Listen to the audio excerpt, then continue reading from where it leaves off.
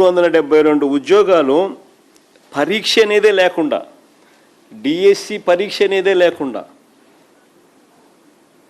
సింధు పేరు చెప్పి పివి సింధుకు డిఎస్సిలో స్పోర్ట్స్ కోటాలో నింపిన 372 ఉద్యోగాలకు మధ్య పోలిక తీసుకొచ్చినారు.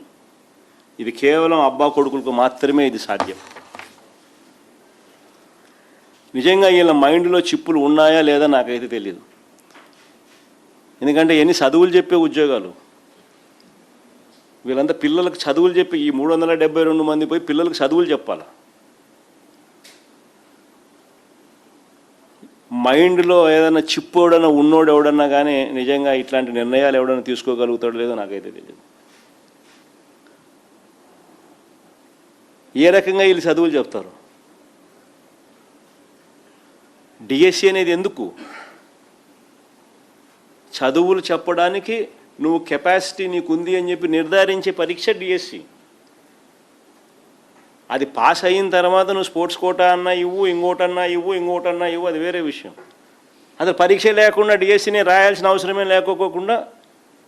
లేకుండానే బుద్ధునుడు ఎవడని ఇస్తాడా 372 ఉద్యోగాలు?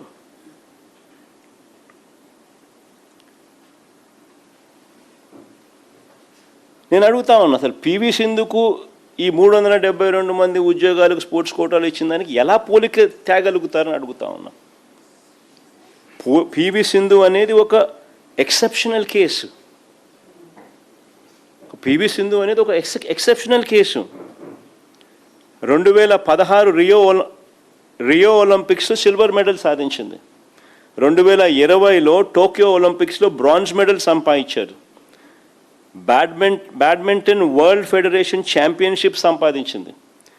కామన్వెల్త్ గేమ్స్, ఏషియన్ గేమ్స్, ఇలా చాలా ఇంటర్నేషనల్ టోర్నీస్లో ఆమె విజయాలు సాధించింది, మెడల్స్ తీసుకొచ్చింది.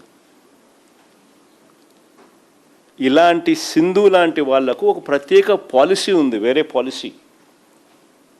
ఎక్సెప్షనల్ టాలెంట్, ఎక్సెప్షనల్గా వీళ్ళు పర్ఫామ్ చేసిన పరిస్థితులలో, ఇంటర్నేషనల్ టోర్నమెంట్స్లో పార్టిసిపేట్ చేసిన పరిస్థితుల్లో, international gold medals, silver medals, bronze medals వచ్చిన పరిస్థితులలో ఇటువంటి ఎక్సెప్షనల్ పీపుల్స్కు దిస్ సపరేట్ పాలసీ. ఆ పాలసీ చూడండి ఒకసారి. వాళ్ళు డిస్ప్లే చేసిన పాలసీ 10/12/2024 ఎప్పటి నుంచో ఉంది, డిస్ప్లే చేసినారు. 10/12/2024 జియో నెంబర్ 18. ఏది? ఒలింపిక్స్.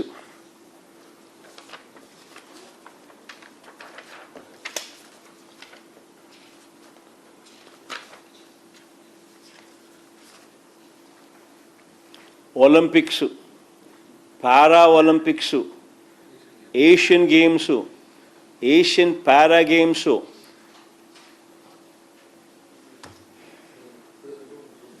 సరే పేపర్ మా సరే పేపర్ ఇదేది ఎక్కడుంది పెట్ల 4 years వరల్డ్ కప్ ఛాంపియన్షిప్, ఇంకా Commonwealth games, Commonwealth para games, world cup championship, 4 years Asian championship, national games, SAAP coaches. అంటే ఇలాంటి గేమ్స్కు, ఇలాంటి ఎక్సెప్షనల్ టాలెంట్స్కు పాలసీ ఉంది. వీళ్ళకు ఈ రిక్రూట్మెంట్కు పోలిక తీసుకొస్తాడు చంద్రబాబు నాయుడు. నేను అడుగుతా ఉన్నా, ఇదే చంద్రబాబు నాయుడు అబ్బా కొడుకుని ఇద్దరిని అడుగుతా ఉన్నా.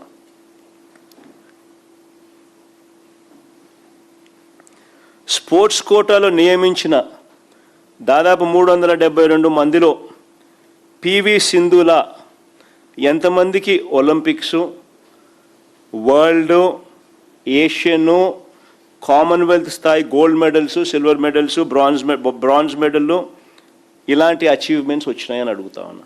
ఎంతమందికి వచ్చినాయని అడుగుతా ఉన్నా. నిజంగా తన స్కామును కప్పిపుచ్చుకునేదానికి సింధు లాంటి వాళ్ళను ఎలా ఉపయోగించుకుంటాడు అబ్బా కొడుకులు అని చెప్పడానికి నిదర్శనం ఇది. సింధు లాంటి వాళ్ళకి ఇవ్వడానికే టీచర్ రిక్రూట్మెంట్లో స్పోర్ట్స్ కోటాకు ఈ కొత్త జీవోలు ఇచ్చామని చెప్తా ఉన్న ఈ చంద్రబాబు, లోకేష్, నేను ఇద్దరినీ అడుగుతా ఉన్నా, సింధు లాంటి వాళ్లకు ఇవ్వడానికే టీచర్ రిక్రూట్మెంట్లో స్పోర్ట్స్ కోటాకు ఈ కొత్త జీవోలు ఇచ్చామని చెప్తున్న ఈ చంద్రబాబు, లోకేష్ ఇద్దరిని కూడా నేను మళ్ళీ అడుగుతా ఉన్నా, మరి అలాంటప్పుడు ఈ జీవోలన్నీ మళ్ళీ వెనక్కి ఎందుకు తీసుకున్నారయ్యా అని రిక్రూట్మెంట్ అయిపోయిన తర్వాత. రిక్రూట్మెంట్ అయిపోయిన తర్వాత వెనక్కి ఎందుకు తీసుకున్నారని అడుగుతా ఉన్నా. వాస్తవాలు ఏమిటనంటే వీళ్ళ మనుషులకు టీచర్ ఉద్యోగాలు అమ్ముకోవడానికి స్పెషల్గా జీవో నెంబర్ 4, జీవో నెంబర్ 47 ఇచ్చి గేట్లు ఎత్తారు. స్పెషల్గా ఈ జీవోలు తీసుకొచ్చినారు. వీళ్ళ మనుషులకు టీచర్ ఉద్యోగాలు అమ్ముకోవడానికి జీవో నెంబర్ 4, జీవో నెంబర్ 47 ఇచ్చి గేట్లు ఎత్తారు. జీవో నెంబర్ 4, జీవో నెంబర్ 47 చూస్తే Andhra Pradesh in direct recruitment without the requirement of competitive exams across government departments, without the requirement of competitive exams. GO number 4 dated 19/4/2025. GO number 47 dated 19/4/2025. Without the requirement of competitive exams across government departments. అంటే గేట్లు ఎత్తారు. వాళ్ళ మనుషులకు teacher ఉద్యోగాలు అమ్ముకోవడానికి స్పెషల్గా GO number 4, GO number 47 ఇచ్చి గేట్లు ఎత్తినారు. ఎత్తిన తర్వాత పని పూర్తి చేసిన తర్వాత 372 మందికి ఉద్యోగాలు ఇచ్చుకున్న తర్వాత జీవో నెంబర్ 23, జీవో నెంబర్ 56 ఇచ్చి మళ్ళీ గేట్లు మూసేశారు.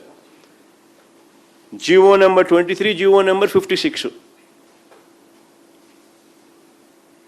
ఈ రెండు కూడా తీసి ఈ రెండు ఇచ్చి మళ్ళీ గేట్లు మూసేసినారు.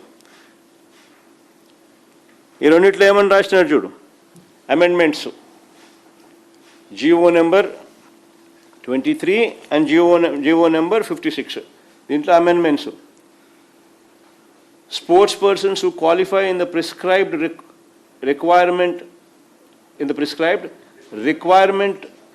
recruitment examinations conducted by the recruiting agencies who qualify అని మళ్ళీ తీసుకొచ్చినారు.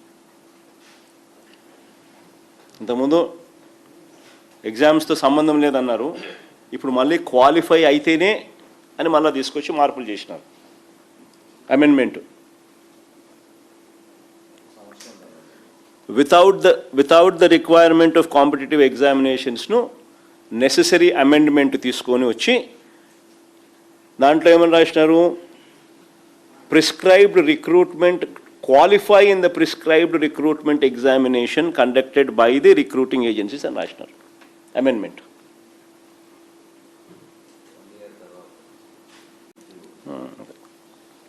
Confusion. అని మళ్ళీ గేట్లు మూసేసినారు. నేను అడుగుతా ఉన్నా, ఒకవైపు సింధు పేరు చెప్పి మరోవైపు వీళ్ళ అబద్ధాలు ఏ స్థాయిలో ఉన్నాయి అని అంటే ఇది వెరీ ఇంపార్టెంట్. అసలు వీళ్ళ అబద్ధాలు అనేది నిజంగా ఏ స్థాయిలో ఉన్నాయి అని అంటే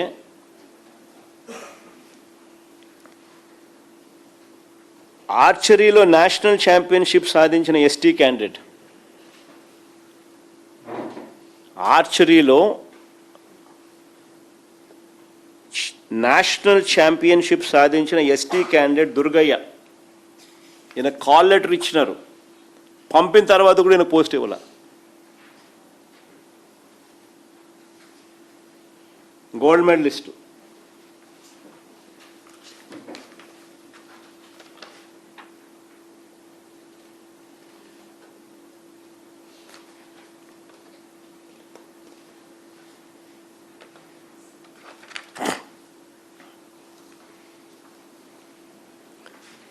దుర్గయ్య ఆర్చరీలో గోల్డ్ మెడలిస్ట్. నేషనల్ ఛాంపియన్షిప్ సాధించిన ఎస్టీ క్యాండిడేట్ దుర్గయ్య కూడా కాల్ లెటర్ వచ్చింది. కాల్ లెటర్ కూడా చూపించి ఆయనకు వచ్చి కాల్ లెటర్ కూడా gold medalist 32nd national games 2000 ఎనికి 32nd national games 2002 Hyderabad and Visakhapatnam 13 to 22 December 2002 Durgayya gold medalist archery. ఆయనకు వచ్చిన కాల్ లెటర్ చూపించమ్మా. ఆయనకు ఇచ్చిన కాల్ లెటర్ 1:1 నిష్పత్తిలో కాల్ లెటర్ పిలిచినారు. ఉద్యోగం రాలా. ST candidate Durgaiah.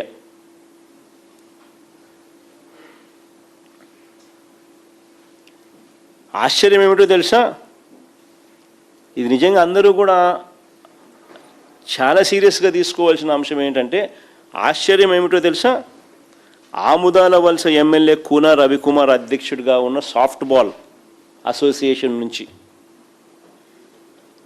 ఇలా MLA, Telugu Desam party MLA soft ball అధ్యక్షుడిగా ఉన్నాడు, సాఫ్ట్ బాల్ అసోసియేషన్ అధ్యక్షుడిగా ఉన్నాడు. అలాగే తన తోడల్లుడు లోకేష్ సొంత తోడల్లుడు విశాఖపట్నం ఎంపీ భరత్ జూడో అసోసియేషన్కు ఇంకొక అధ్యక్షుడు. జూడో అసోసియేషన్కి ఇంకొక అధ్యక్షుడు.